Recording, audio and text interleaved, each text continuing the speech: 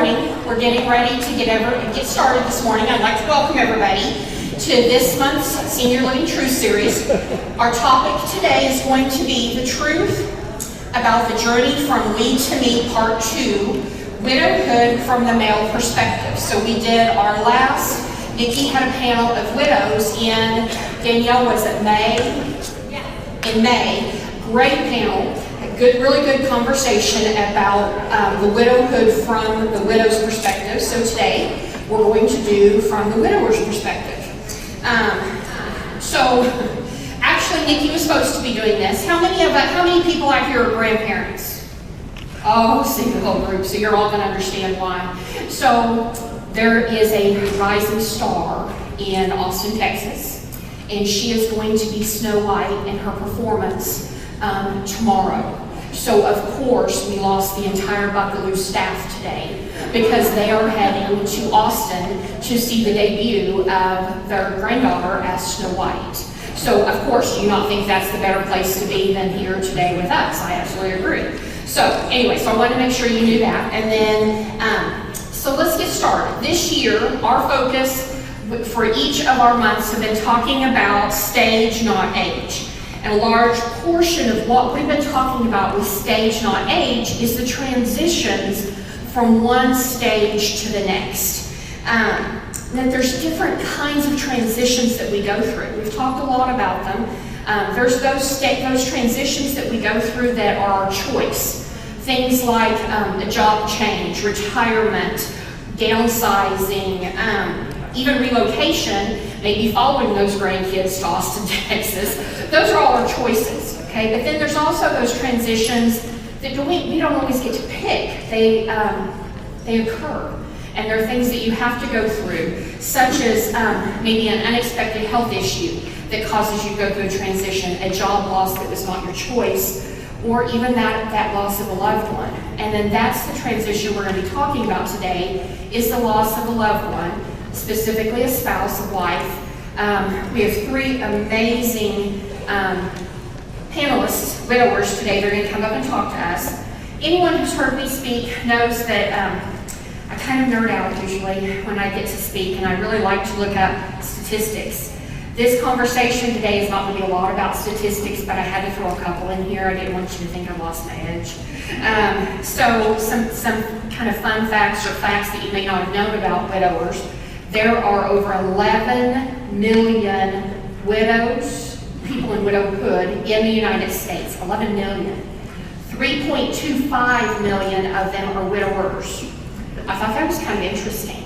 Also, that 1 in 5 men will be widowers in the United States. That number actually kind of surprised me. I thought it was probably a little bit lower, but 1 in 5. Last statistic that was a surprise to me, and actually I'm going to tell you, I'll just give you a little heads up. If you Google that, there is amazing rabbit holes you can go down and find out all sorts of things about widowhood, widowers, anything you want to know. But the last one that surprised me that was a little bit shocking was that the average age, the median age that widowhood occurs is 59 years of age, actually 59.4 years of age. That was younger than I had thought. So anyway, so a little food for thought as we go forward and as we're continuing on. So of course I had to kind of geek out a little bit and look at statistics. Then I started thinking about the widows and widowers that I knew in life. And really, I can tell you, the widows that I know have been through very professional means. That's primarily as a realtor. We help a lot of widows. Now I was thinking about the widowers that I know, and they've been all personal. I've had 2 really close family members. My father-in-law lost his wife. I was pretty young, and it was a new experience to hear about his adventures as a widower. And I guess that was in the early 2000s, but to get to hear how he transitioned and what he learned was very unique as a daughter-in-law. And then I experienced with my grandfather when he lost my grandmother. Now, I probably only got to hear a small amount of the transition with my grandpa because I'm always a granddaughter. And yet granddaughters only get to know so much. That's the rules. And that's okay. But it was a real transition to watch what he learned, what he did when my grandmother passed away. So it's about perspective today, and hopefully you'll be able to learn from these gentlemen's experiences and their transitions and what they've learned in widowhood. I wanted to make sure, so in introducing today's panel, Danielle and I had the pleasure of meeting with these gentlemen last week, had a great conversation. We got to sit around and thank you, Wayne, for letting us use your apartment to meet everybody. And we sat down and had a good conversation, but they did want me to make sure I explained something and made it clear these guys are not experts. They said, we are not experts, you know. We're willing to share our story, but they wanted me to explain they're not experts. What they are is very brave, courageous men who are going to come up here and explain to us their transitions, their experiences, for us to be able to hopefully learn from and enjoy listening to them, because I think they'll have good stories. So, at this time, I'd like to welcome up our panel. We have 3 panelists. Our first gentleman is Glenn Howard. He's going to be sitting in that last seat right over there. Then we have John Kidd and Wayne J. Cox. So Glenn is actually, you probably recognize Glenn. Glenn is he attends our Senior Living True series. And so we're so excited about him being here. And then thank you again to Kelly from Concordia, because John and Wayne both live in Concordia, and we're going to learn a little bit more about each of these gentlemen. So yeah, welcome them up on stage, please.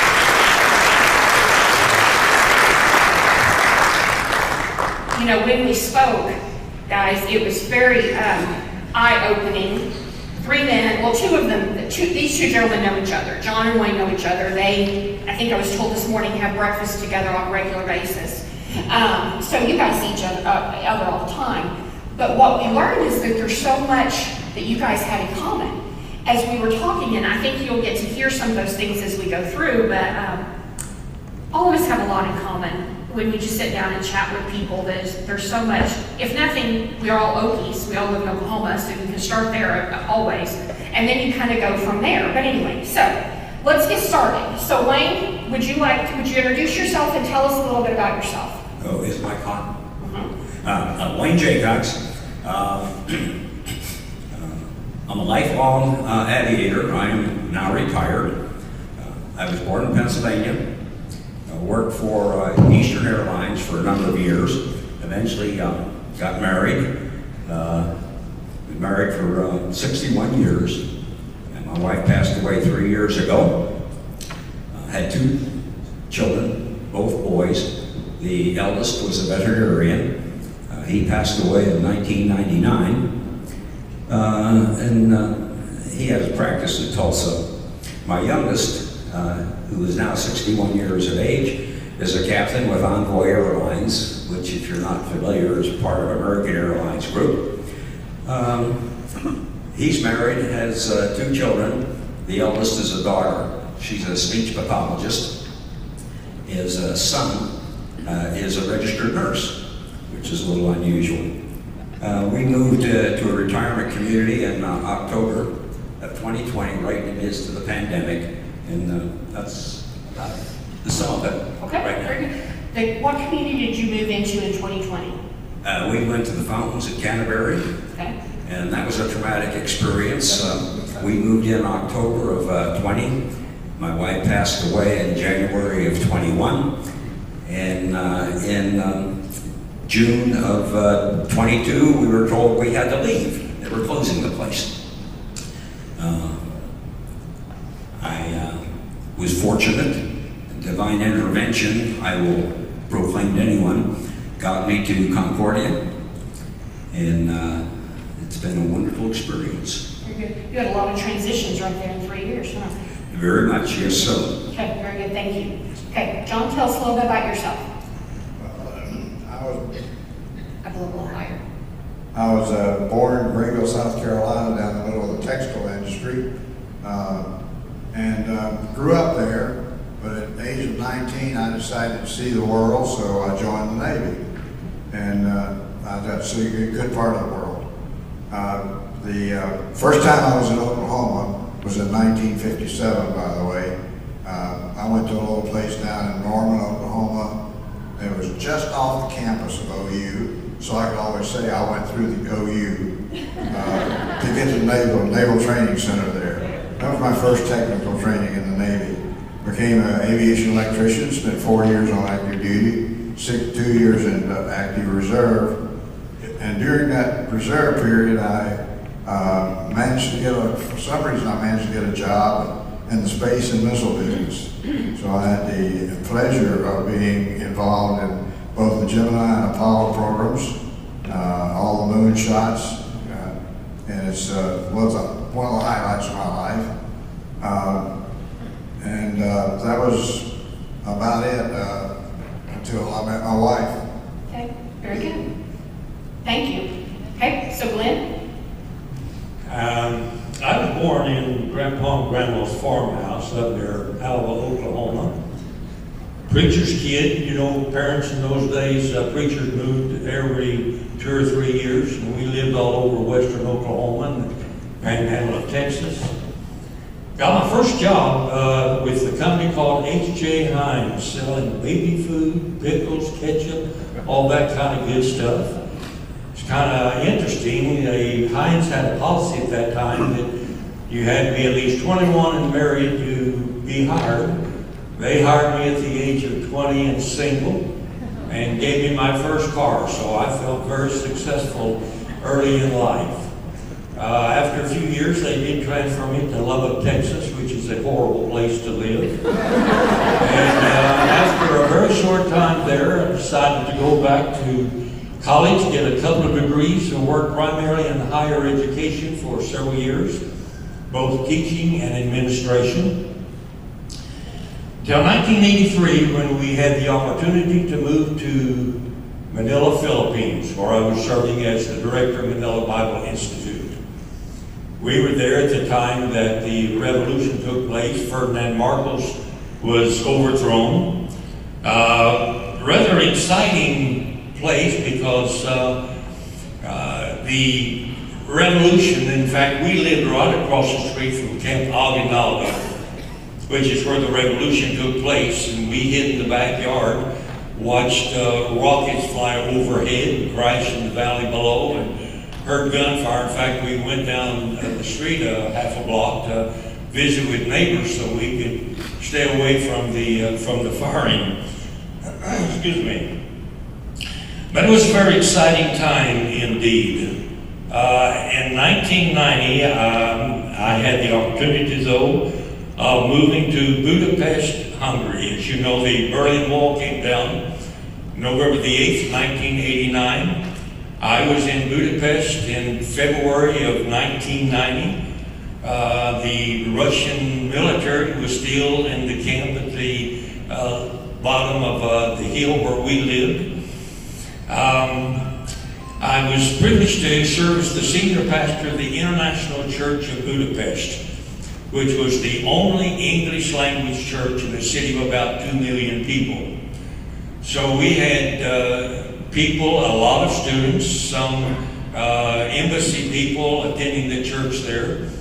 The commonality, of course, was that we all spoke English. While we were there, one of the things we observed was that everybody, once the Berlin Wall fell and things began to change, the higher priority was for everybody to learn English. Everybody wanted to speak English. Quite a few German speakers, but to try to help with that, I published a little book called Is Jesus God? It's designed with English on one side and Hungarian on the other.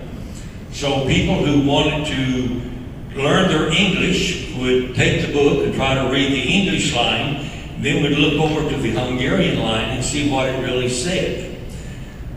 Very interesting little book. Basically, it says if you believe in Aristotle, Socrates, and Plato and not Jesus Christ, you're stupid.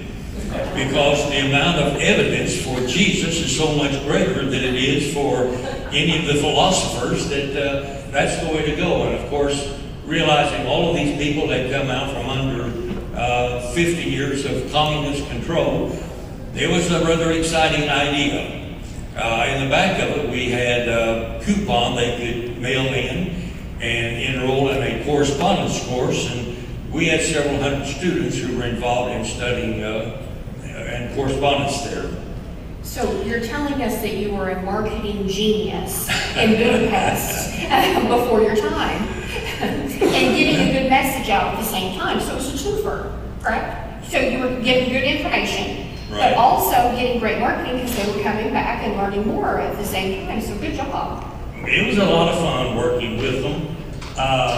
In fact, a couple of things we did there that helped us get accepted in Budapest.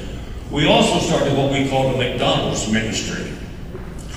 In Hungary, of course, virtually nobody in 1990 spoke English. They had a little bit, but in fact, we had about 30 young students there, teachers, who had come over by a government program to teach English as a second language.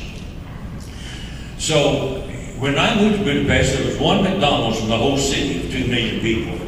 They built a second one out in the train station, the Eastern Railway Station, which has all the brass. It's the most, in fact, if you go to Google and look for the most beautiful McDonald's in the world, it will show up right there in Budapest.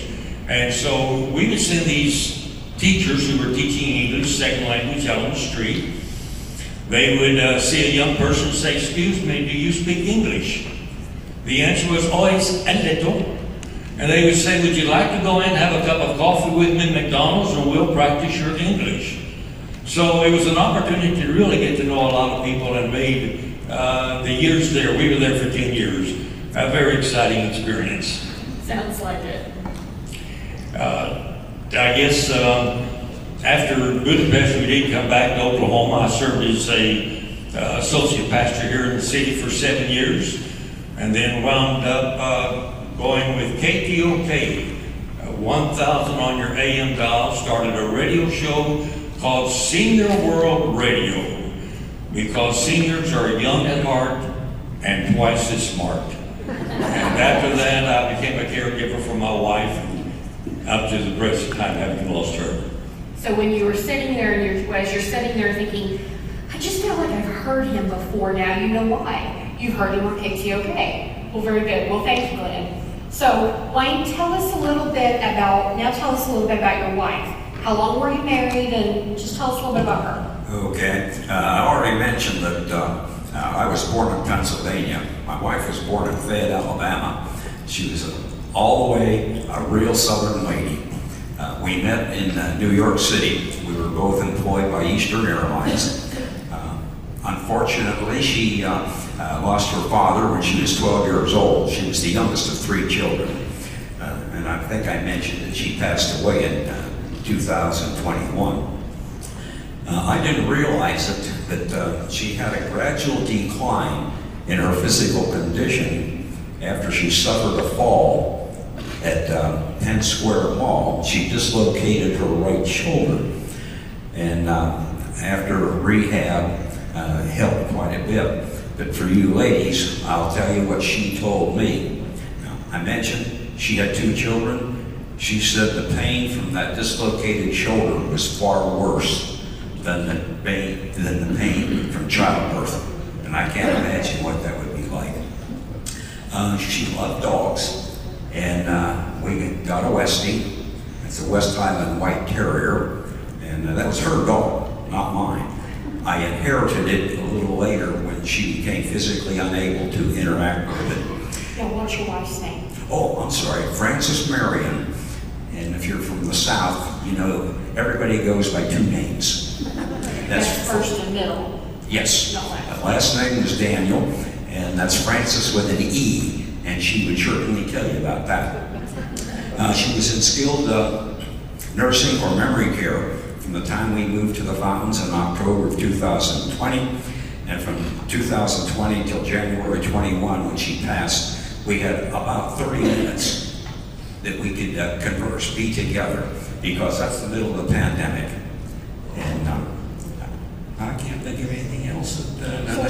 What's your puppy's name? Oh, What's your puppy's name? Molly May was the dog's name, and unfortunately she passed with liver cancer. That was in August this year. So Frances Marion and Molly May, so was Molly May also Southern? She good Southern girl? No, she was from Oklahoma. Okay, we just wanted to make her feel Southern. Yeah, yes. Make her feel included. And my wife named her. There you go. Very good, we're glad, thank you. Okay, so John, tell us a little bit about your wife.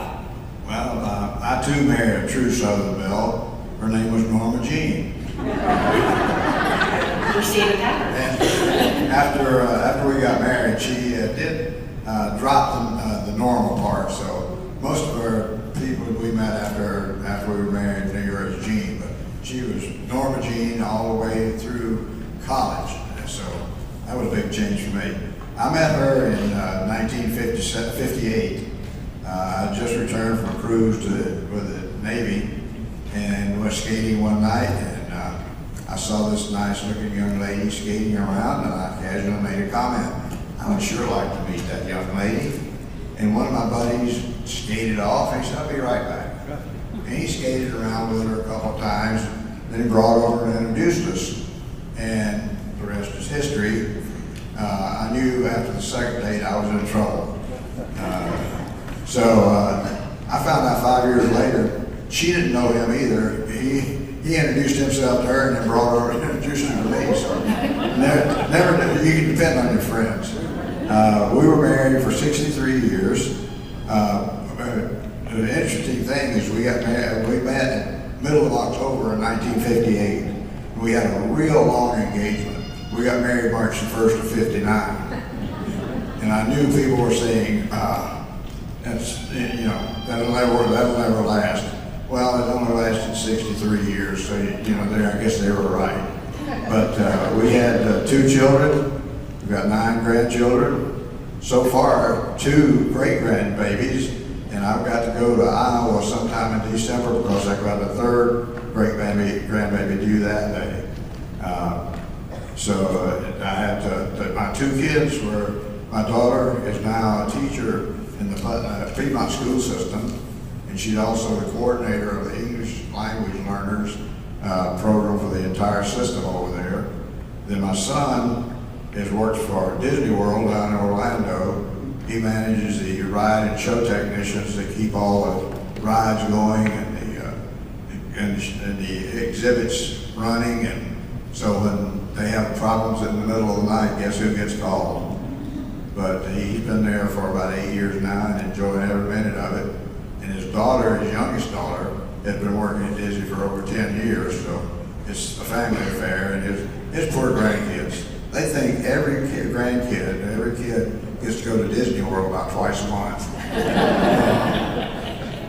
But it's a good thing it's him, not me. Right now he's in the Magic Kingdom.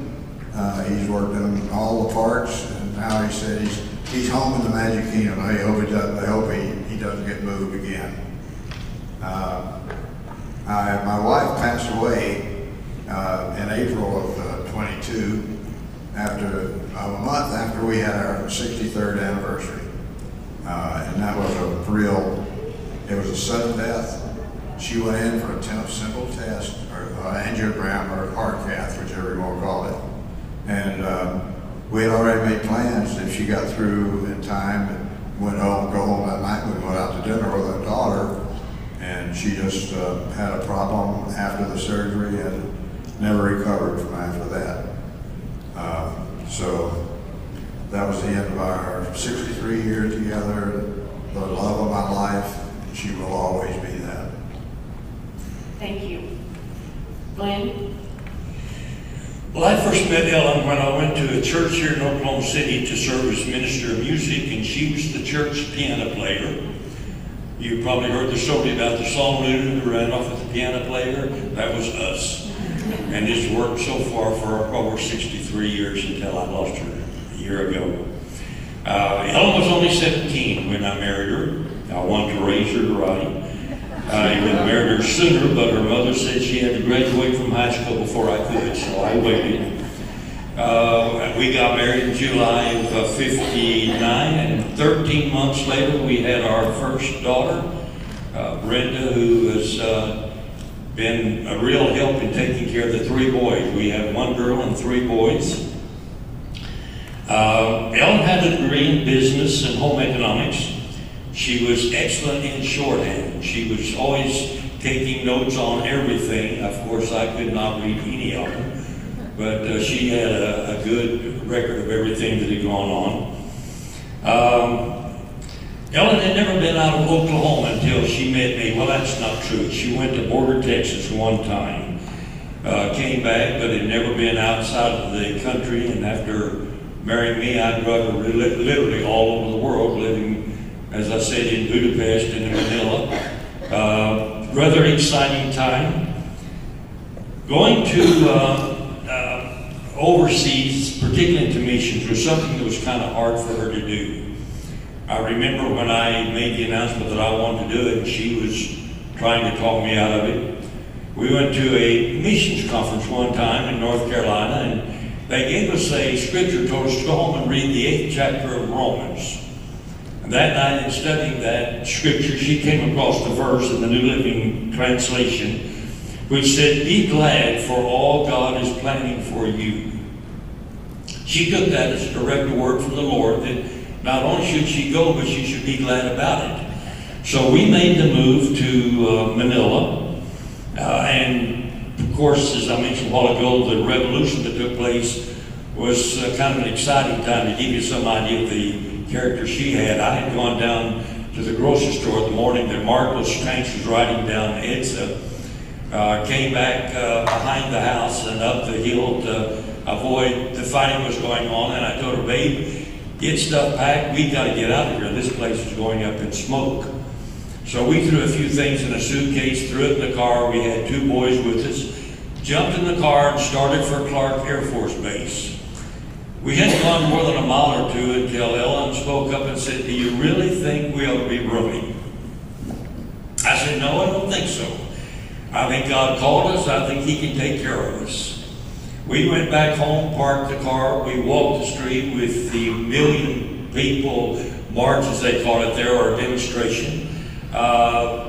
In fact, I was serving at that time as the chaplain for the American Chamber of Commerce, and we were having a meeting. In fact, one of the members of our chamber was also with CIA, and he used our office for the communication center during the Marcos Revolution. And driving in, seeing the military and the rebels on each side of the road with their guns drawn and so forth, we were driving down through it, but made it very safe. But her courage and ability to adapt made her indeed a very amazing lady. I was married to her for 63 years. Unfortunately, the last few years, she developed Alzheimer's, which is a very difficult road to walk to the end. But I lost her a year and a half ago.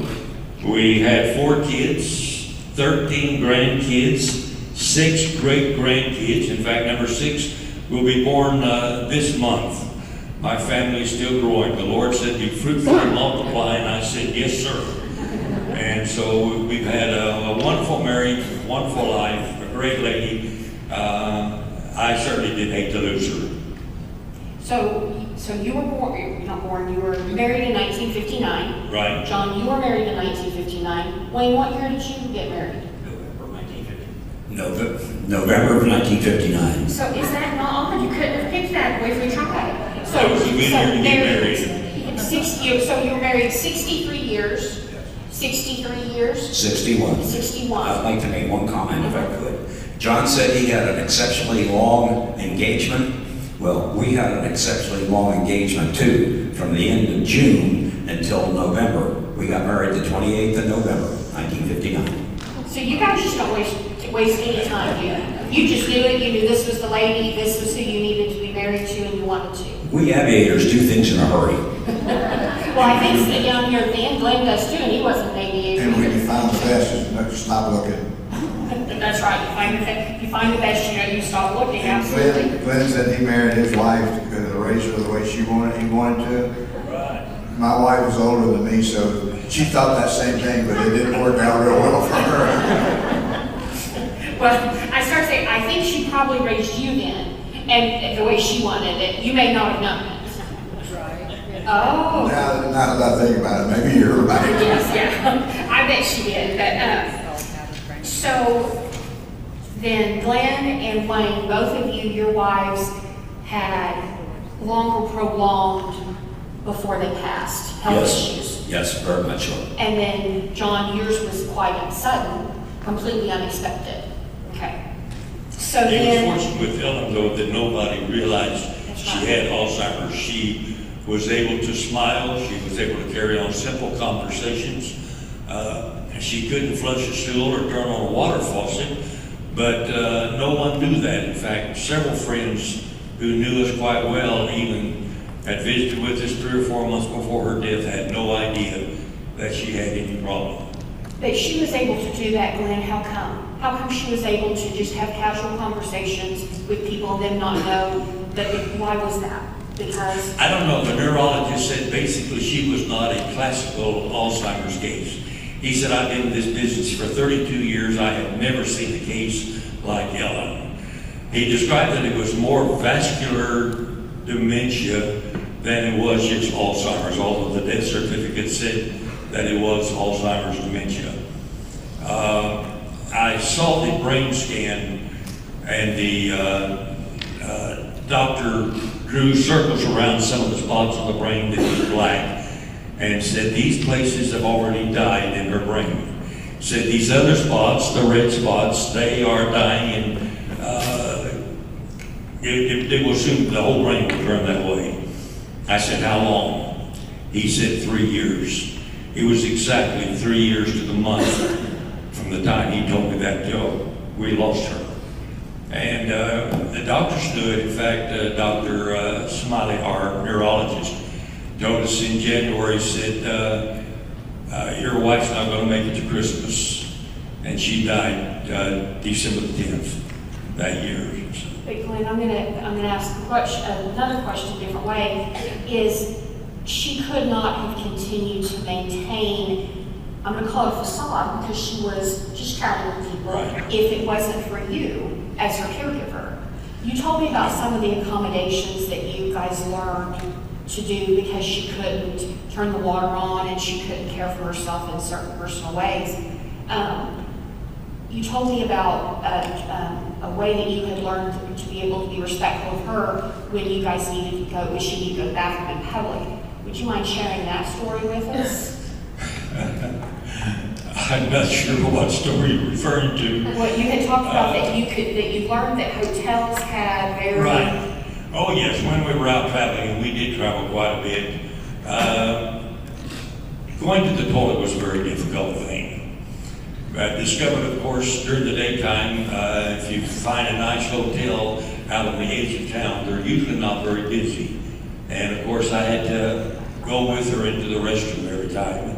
So we could go in, use the restroom, help her do what needed to be done without any problems. And if somebody did come in, I would stand at the door and say, I'm sorry, can you give us a few minutes? And it was amazing how courteous people were. They understood, they backed away, and it worked out real well to try to help her keep that appearance, maintain her respect. And she really did that right up until about 6 weeks before she died. She woke up one morning about 3 o'clock and had no idea who I was, where she was, picked up a remote control and would have killed me if she could have. And so I did put her into a memory care for about 6 weeks before she passed. But except for that last 6 weeks, living with her was very pleasant, even though she was as helpless as a baby was during that time. Thank you, Glenn. We appreciate you telling us that story. So guys, I'm going to shift gears a little bit. So now, thank you for telling us about your wives. I think each one of them were just amazing women. Yes, Glenn? One thing else about my wife, she never met a stranger.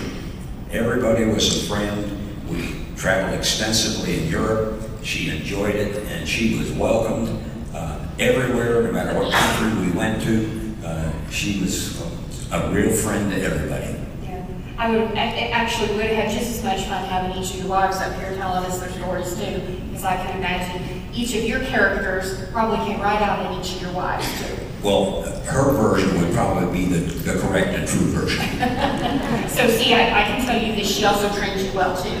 Yes, she did. Yes, I learned a lot from that. So guys, I have kind of it's an oddball question, but it's something we've all heard. We always hear that when wives pass away, widowers are inundated with food from friends and loved ones and neighbors and maybe a few widows in the group. So Wayne, I'm going to ask you. So well, yours was in COVID, so you may not have gotten as much food then.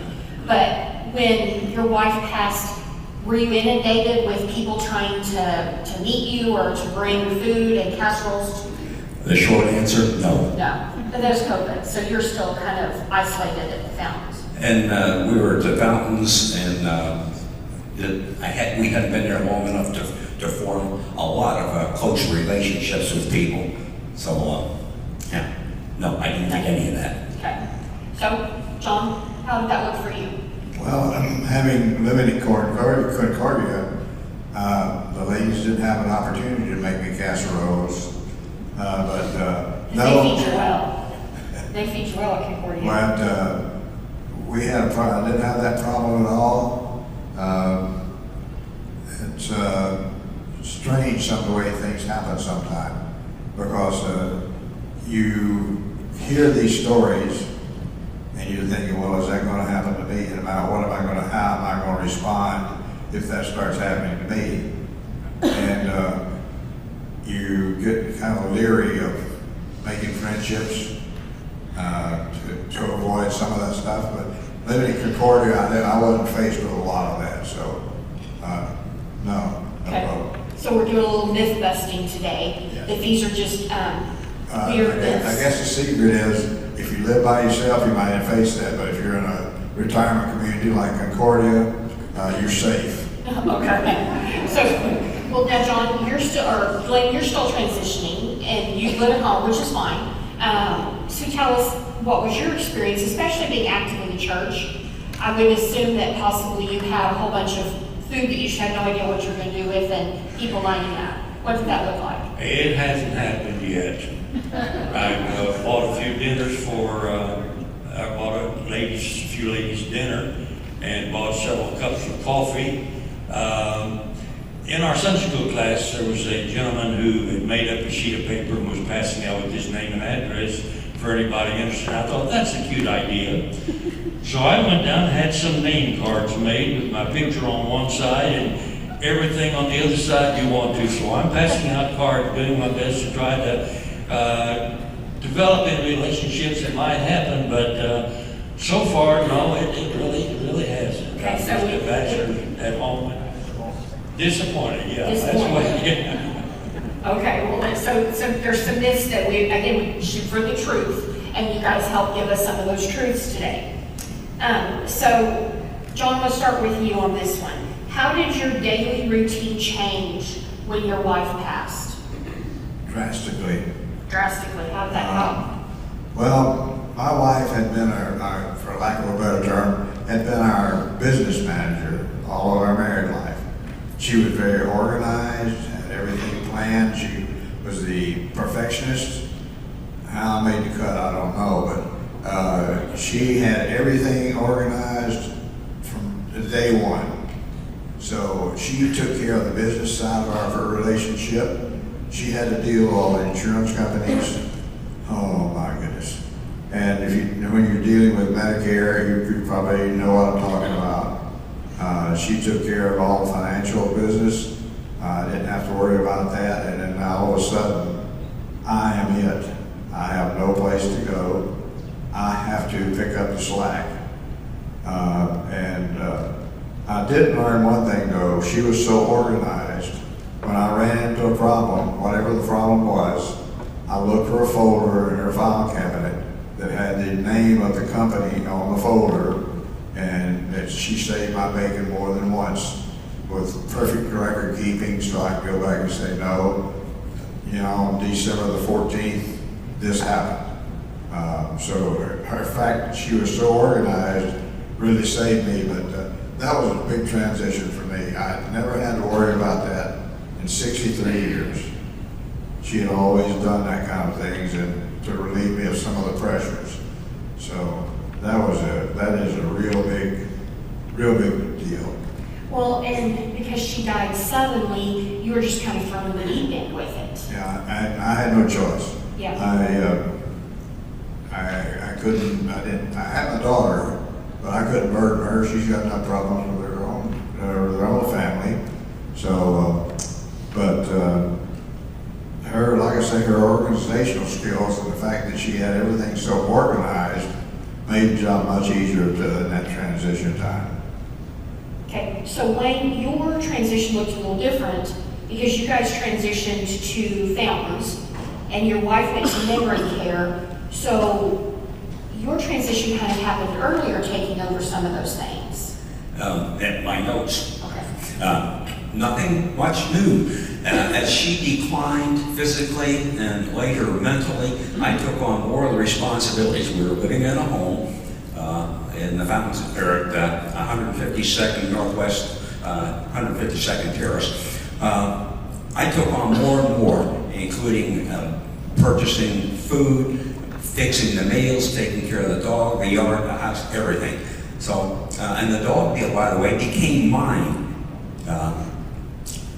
We had bought that dog because Franny wanted it, and as I say, I ended up with it. I didn't realize it at the time. I may be getting ahead on some of these questions, but I was really deep in grief, but didn't know it. I did not recognize it at all. And I made some bad decisions. I kept everything within me, very quiet, private, and I didn't talk to anybody. I just, you know, again, amidst the pandemic, and I didn't have an opportunity to talk with many people. Enough said. Very good. Well, and that was a hard transition. So you were transitioning for years after she had the shoulder, kind of, I guess, maybe in training, but learning it step by step, and then going into the middle of the pandemic was even more of a transition, and all sorts of grieving that you just didn't usually recognize as grieving, but looking back, you understood that's what was going on. Okay, thank you. Let me jump back in a minute. Also, I'm not very domesticated. I went from my mother to the Navy to my wife. I never had any reason to learn to cook. So that was new. It's also a new experience for me. But I think as long as my microwave works, Marie Callender and Stover stay in business, we'll be okay. I'm not very domesticated, so those taking care of the minutia that you have around the house, the dusting and the sweeping and that kind of thing, even though we have housekeeping at Concordia, there's still things that you need to do personally. And that was a drastic change for me. I had never been bothered. I can't say been bothered with that, but I've never had to do that kind of thing. So that was an additional thing for me to learn to do, like a teenage kid, the first time you leave it home. Okay, very good. So Glenn, tell us about your transition. What did your daily routines, because the same with your wife, with Ellen deteriorating slowly, what did that transition look like for you? What were some of the daily tasks that you had to take on that you had not taken on in the past? Well, obviously, for the last 4 years, I had to begin doing more things. I did discover it's easier to cook a meal for two than it is for one. So after having lost her, that becomes even more difficult. But taking care of the house, of course, in the early times, she was able to help a little bit in the beginning of that process. Because in the first few years, I remember especially when she began having difficulty driving a car, became hard. She went out, got in the car, and started pushing buttons, and the sunroof open and closed, and the windows up and down, all kinds of stuff. And she got lost at the beauty shop and had trouble finding her way home. And when she walked in, she handed me the keys and said, "I quit." So we were able to go through this process of adjusting, learn to do that. But we also had some friends, one especially, in fact, I want to recognize with the Alzheimer's Association. It was so wonderful to have people who understood what was going on. And a man who really was a blessing to me was Mr. Herb McAleese, right back there. Herb, would you stand up? I want people to see who you are.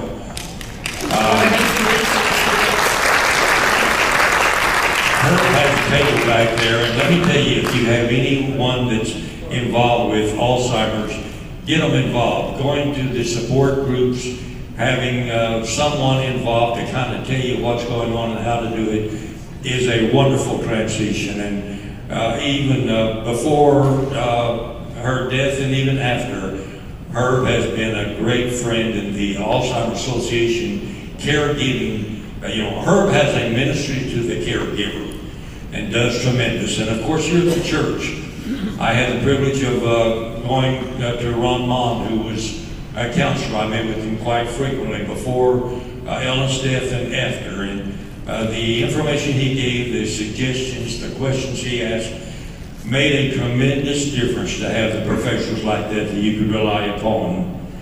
But of course, once Ellen's passed,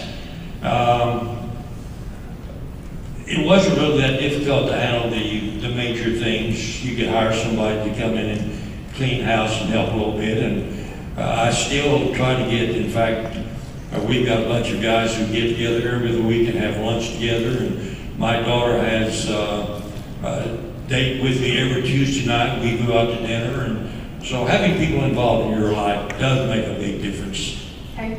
Now you guys segue right into my next question. So we'll start with you, Wayne. What specific ways did your friends and family help during that initial grieving period? And for you, Wayne, it really could be maybe when your wife even initially hurt her arm, maybe some different ways people were helping.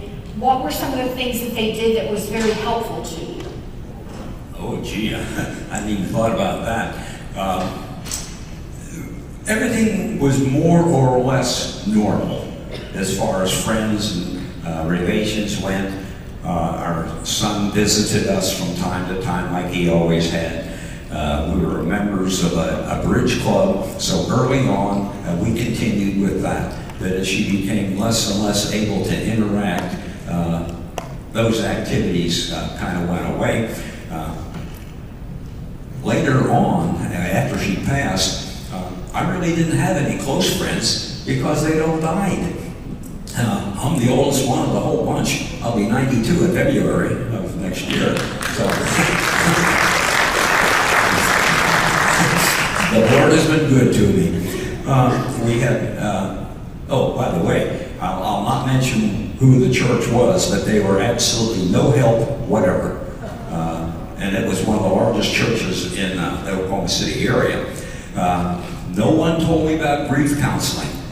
And I cannot recommend more strongly with the passing of a spouse or a close relative, particularly a spouse, get grief counseling. And I'm going to slap on them a little bit, something else. If you have a pet that is your substitute emotional support, that pet passes, get grief counseling for that emotional appeal too. So I've got a question. So you told us a story about a decision you made when your wife passed about Molly. Yes. Tell us that story. Okay. Shortly after my wife passed, for whatever reason or reasons, stupid, obviously, I asked my son, who had 2 dogs and 3 cats at the time, if he would take her. And he said yes. So I drove her to Sherman, Texas. Sherman, Texas. And gave him everything with the dog. Well, after I got back to Oklahoma City, in 6 weeks, I found out I was beginning to understand what was going on. And I gave him a call and said, can I have my dog back? He said, absolutely. And he did. So that was one of the dumbest things I ever did, was to get rid of her. So what did you learn from that? Don't make any important decisions until you had time to think, and I've got some notes later on which we'll get to about what to do. Okay. Okay, very good. Okay, so John, tell us, what are some of the specific ways that friends and family helped for you after your wife passed? Well, but since we had made plans that we were both going to be buried in the National Cemetery in Jacksonville, Florida, we had to worry about transporting her. But my daughter and son-in-law took care of all the arrangements. My son-in-law happened to be working with the funeral home part-time.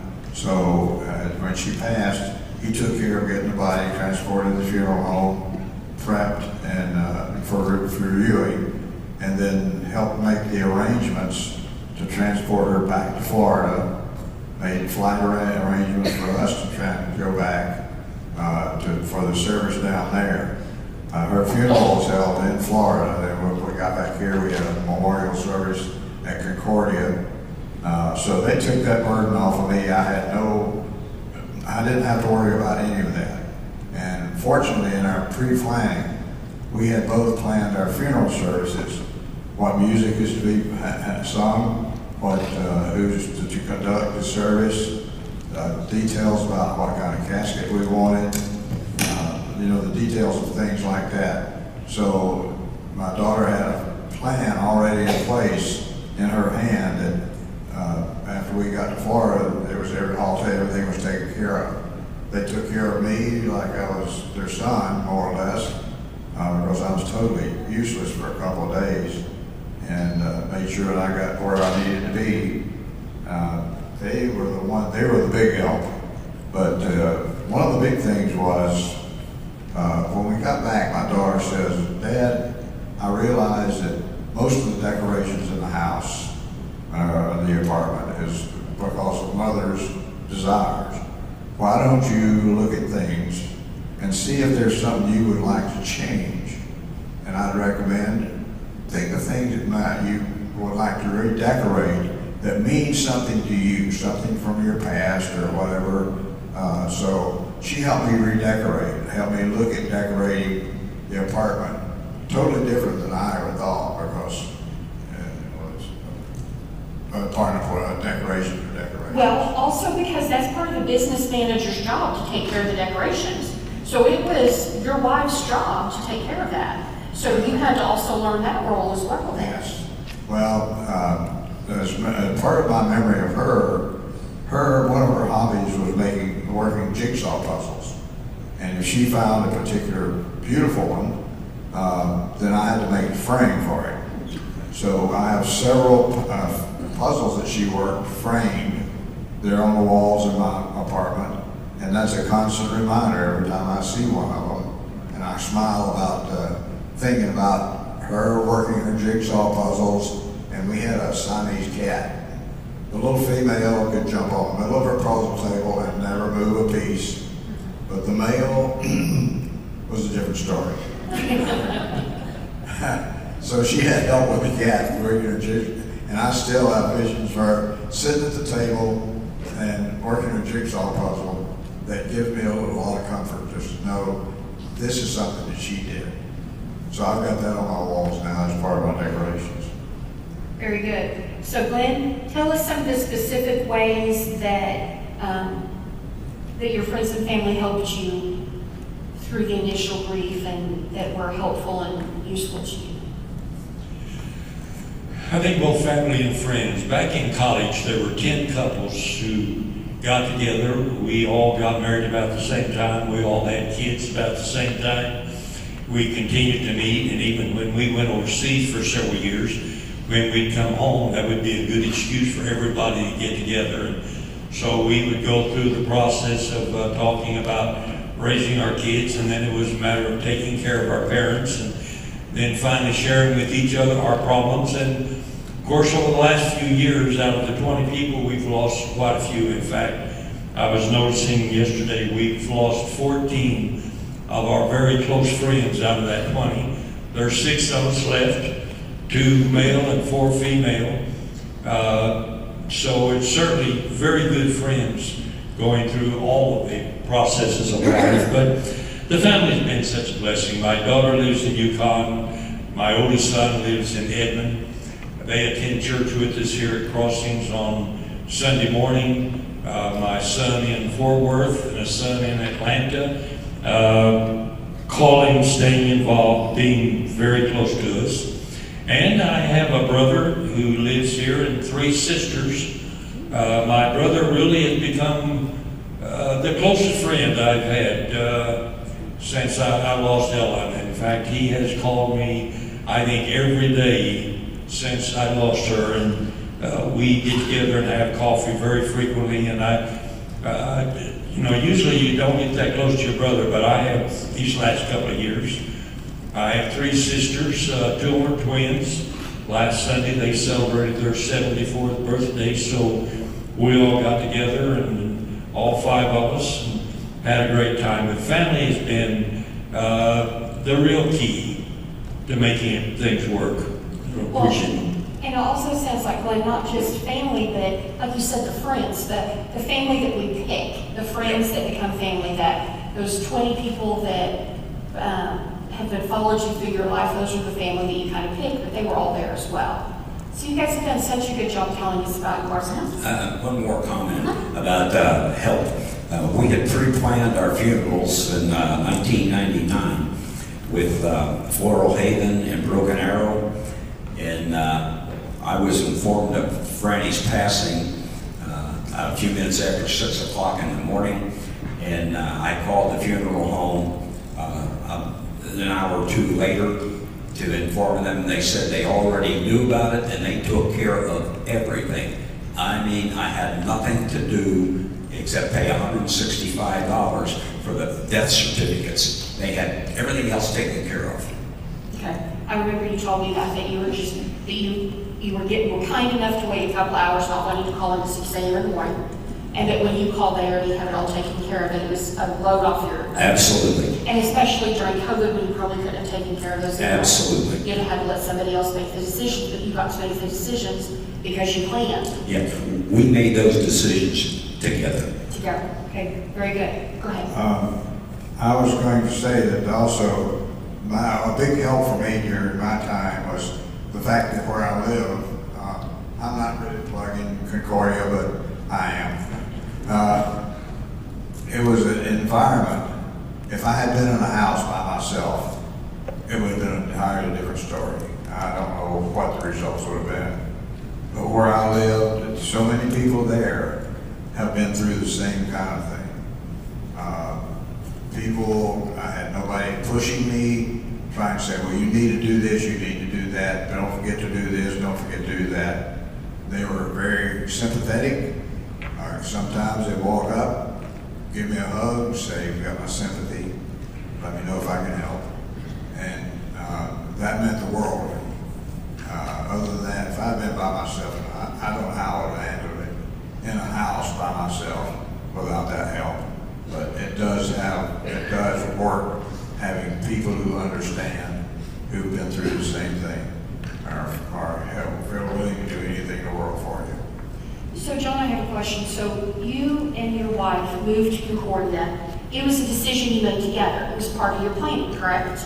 So you did that when you moved to Concordia, and we're putting Concordia in there, anywhere, when you moved to the Fountains. I mean, you decided to move to a community. When you planned to move to that community, was it because you wanted to make it easier for you if something happened to your wife, or was it something that you did so it'd be easier for your wife if something happened to you first? Why did you do that? It was a combination of both, but we had made the decision that we were going to downsize. We were going to get rid of the house. It got to the point where neither of us really was able to get out. We love to have a beautiful yard. If you're gonna have a yard, don't have a mess, have a nice yard. But that takes work. And it got to the point where neither of us could really do the yard the way it needed. And the simple maintenance things around the house, it got to a point where I would have to hire somebody to do my little simple maintenance things that I couldn't manually do anymore. So it was a combination of wanting to plan ahead in case something happens to one of us, but at the same time, we both realized we needed some help maintaining things that we couldn't do anymore. So the answer was to find some place like that. Okay, and I have one more question for you, John. So, and I'm digressing, this is actually my favorite part of our conversations, and we just throw the script out, and we just start asking questions. So my question to you is, you told a story about when your wife after the procedure, and that she had coded, and the doctor came to you and asked you about treatment, and you had to make that. Would you share that story with us? We had planned all of our last 30 years. We had made plans about final decisions that would have to be made. We had both decided no artificial means of staying alive, no respirator, none of that. And he came to me and he said, I need to put her back in surgery. It would be much simpler for me and much better for her if I intubated her.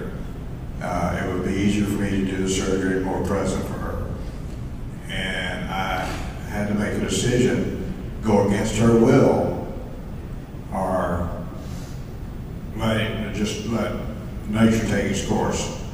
I had to make the decision to put the tube in with the understanding it was temporary. It was only going to be there to get her through the surgery and get her back into recovery. And then I had to make the decision, do I take it out? Because 2 doctors told me, when we take the tube out, we do not know what's going to happen. We don't know if she'll be able to sustain life or not. But I went with her wishes. And that was one of the hardest decisions you'll ever have to make in your life, believe me. So be ready for something like that. If you have those plans, either don't make the plan or enforce it. It's better for everybody all the way around. You told me when she actually helped you make that decision. My daughter was there and she said, Dad, come here, I want to show you something. She couldn't talk, but she was taking her finger and writing in the palm of her hand, and she kept writing, take it out, take it out, take it out. So, like I say, you've got hard decisions to make. Be prepared. Don't worry, they will happen. And that you guys had that conversation a lot in your life before.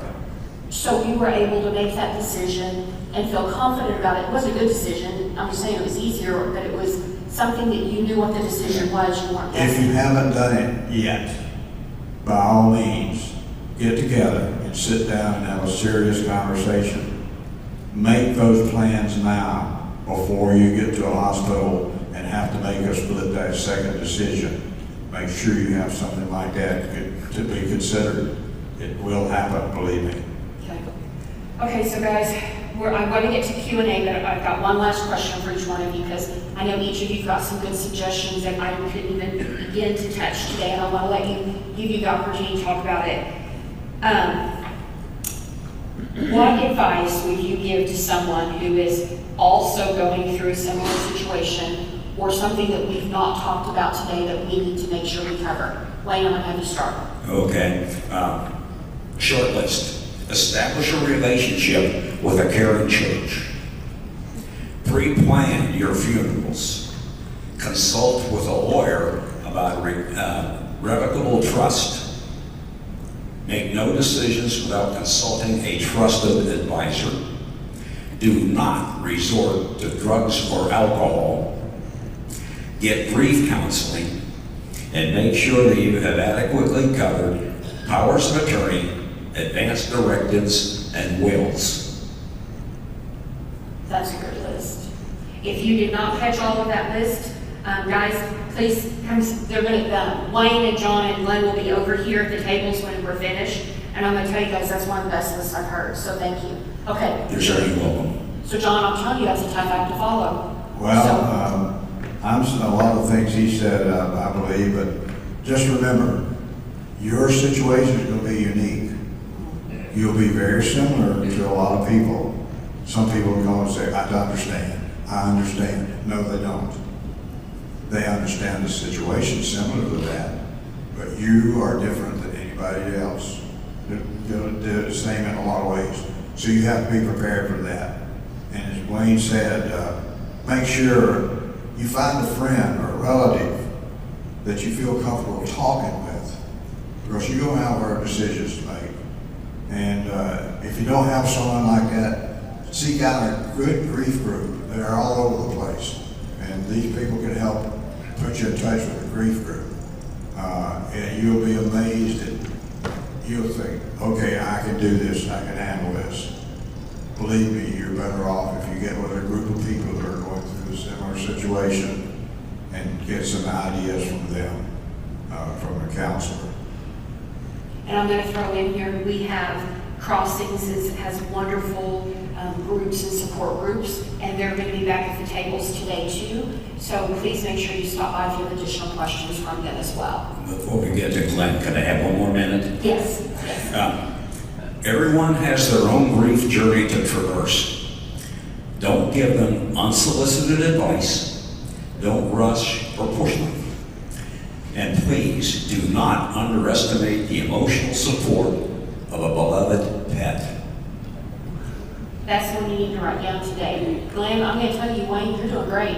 I'm glad I'm not sitting at that end. I'm glad I'm sitting over here and I get to feed these to you guys, because y'all are doing great. By the way, we did not get together and collude on any of our answers. We did this all independently. Okay, so Glenn. I miss Mom and May, but it's okay. Well, a lot of people got to take advantage to enjoy Molly Ray before. Yes, indeed. Okay. I got to throw out one more thing too. John and I participate in a silly game called Chicken Foot every Tuesday. It's a group of people from Concordia. We're all kind of half crazy, at least I am. And we have a grand time you cannot believe. See if you can find a group like that. It really makes the time and it makes you feel much better. Okay. Amen, amen. Okay, so Glenn, tell us what, I forgot the question. So tell us, what advice would you give? I've got so many good things running through my head and good ideas. What advice would you give to others going through this, the things you've learned so far that we've not talked about that you want to cover? I don't know. Well, One that's of the right. things I really did last year, I am a fan of Bill and Gloria Gaither's music. I was listening to some of their music, and a lady by the name of Babby Mason come on singing a song. She's a professor of music at Lee College. Had written a song, "I Wonder What's Happening in Heaven Today." And that really hit me. I've never, although I've been in ministry all my life, I really never thought about that much about the hereafter. I understand what the scripture has to say. Lance Ward gave me a book, Randy Acorn's book on heaven, and in fact, Lance has sent me a book every 3 months since I lost my wife, which has really been a help. But the whole idea of beginning to study not only the scripture, but also the idea of near-death experiences began to interest me. I've read 6 books on it. I'm not sure what I think about it even yet. I do know belief ought to be based on scripture and not upon experience. But that had been a real area of interest for me these last couple of years. As far as advice, I can simply say, like the guys did, don't do anything for a year if possible.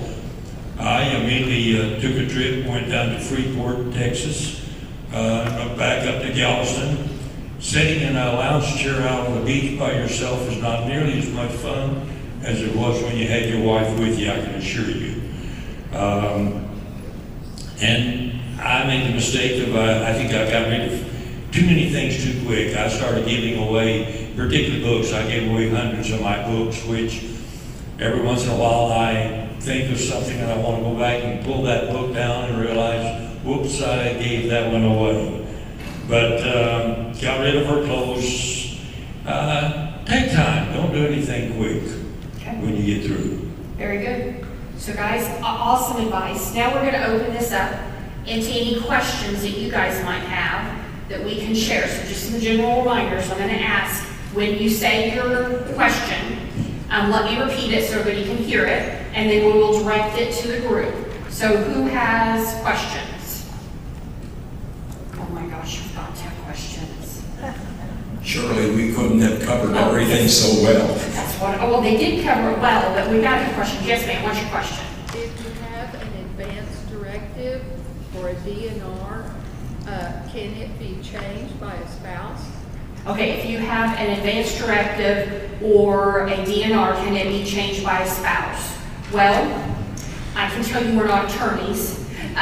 So I can tell you in John's situation, the doctors came and asked you what you wanted to do. So often they will give you that choice, I guess, in his situation. So that's what I can answer. If I answer beyond that, I'm a realtor, honey, don't take my opinion on that.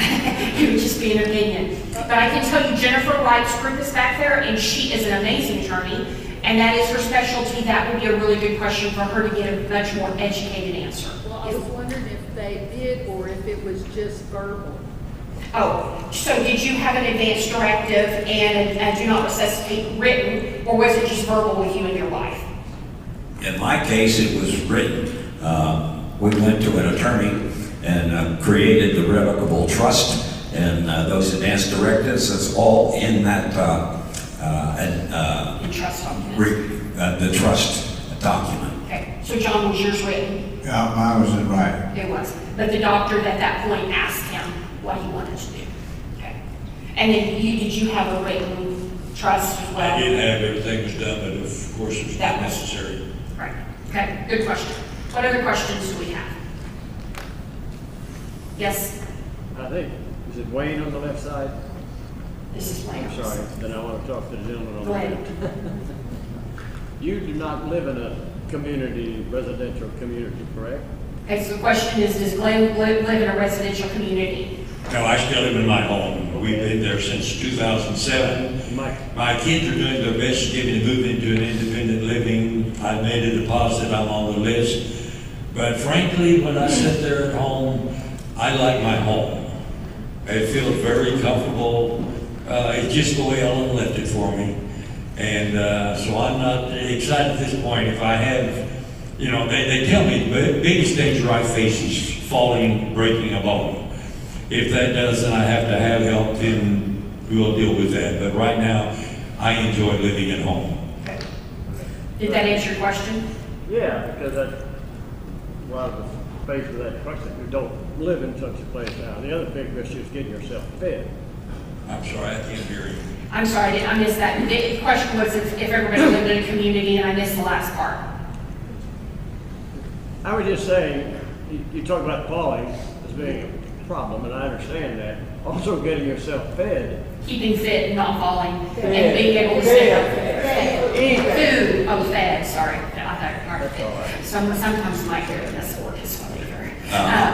Fed, so we understand that it's about choice. But each one of you guys have made a plan, and their plans were what they discussed and worked through, you can be at home, you can be in a community, it's totally up to you.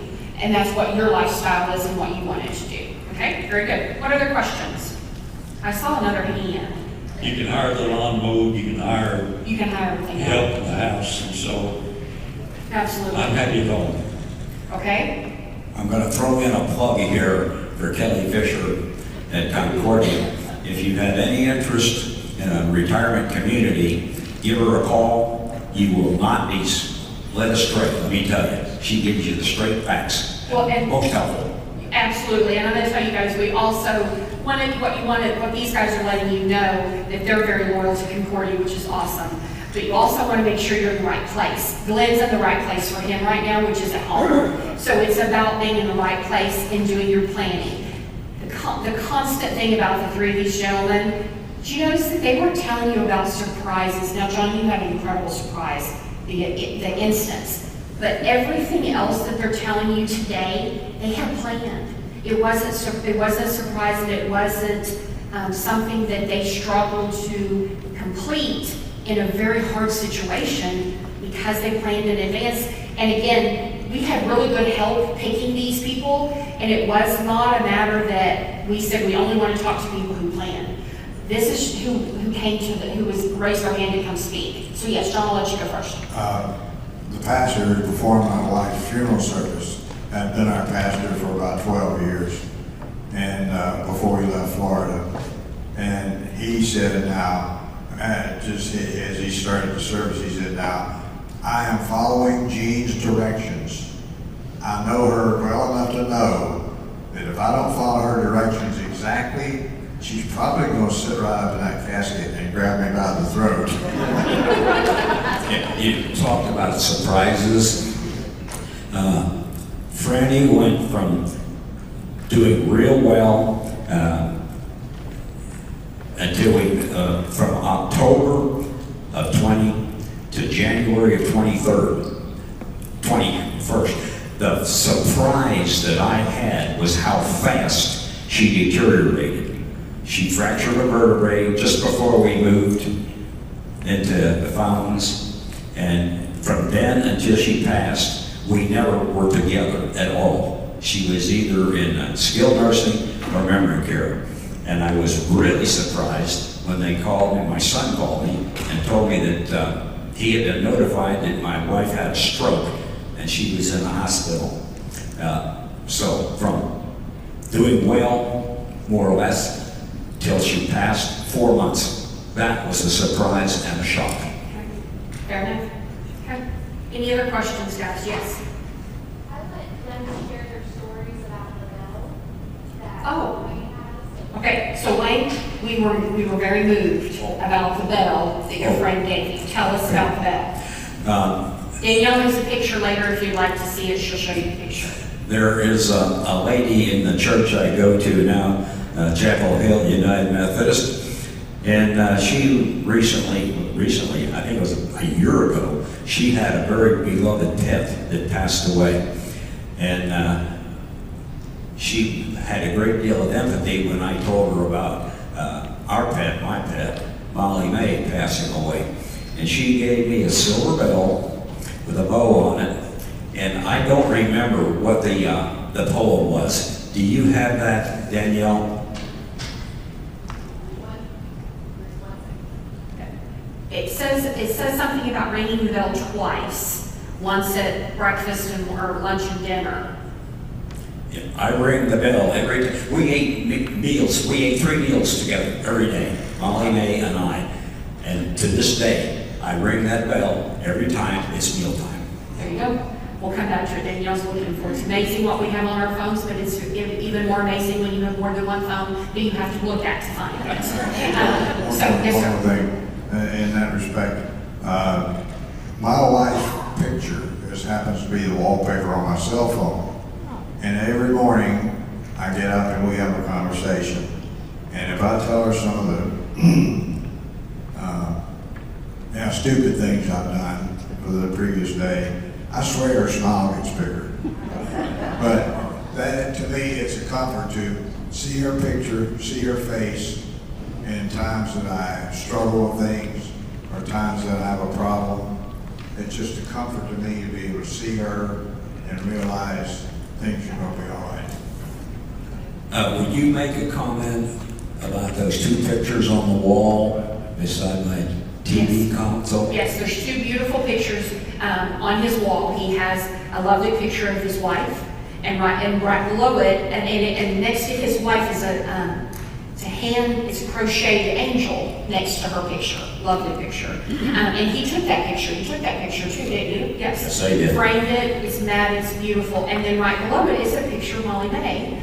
And on the frame for Molly May's is Molly's tags, her collar. Yes. And her tags. So it's just a lovely reminder that you get to see every day and probably kind of chat with them in some way. I do, Yeah. every day. And it's right next to my TV on the wall.